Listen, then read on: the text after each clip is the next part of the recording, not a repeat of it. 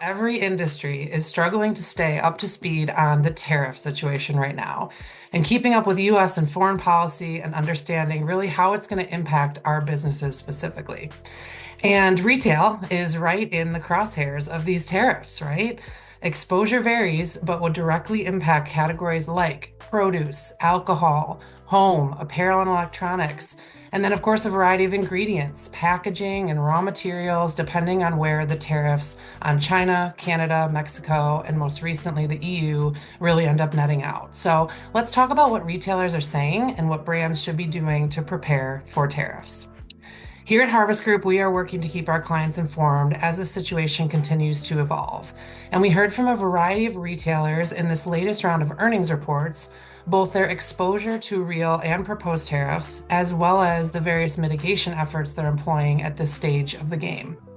So, exposure ranges from single digits for grocers like Kroger, all the way to 50% of products sold at Target are imported from outside the United States, and 30% of their own brand products specifically are coming from China.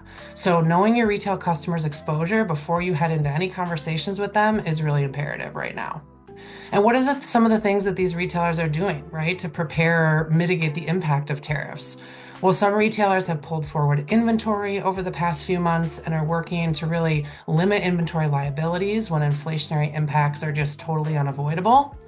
Other mitigation efforts include production diversification, working with vendors to mitigate costs, and then more commonly in the club channel, pivoting to alternative SKUs, just given their limited SKU environment in the club. So that's what the retailers are doing, but what are suppliers doing? Well, the main headline in our minds is despite the pause on Mexico and Canada tariffs for another month, suppliers should be thoroughly documenting your products and raw materials by country of origin, any and all outside the US. Of course, then you can model the impact of these tariffs by exposure to both your finished goods as well as any packaging and raw material.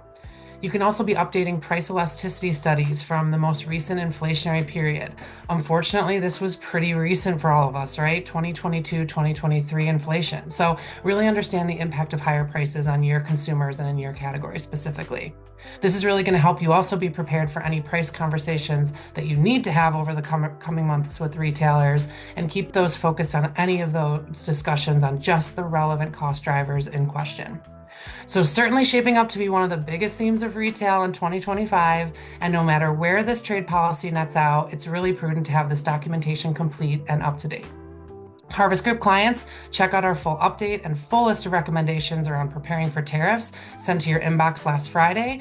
Better to have it and not need it than to need it and not have it.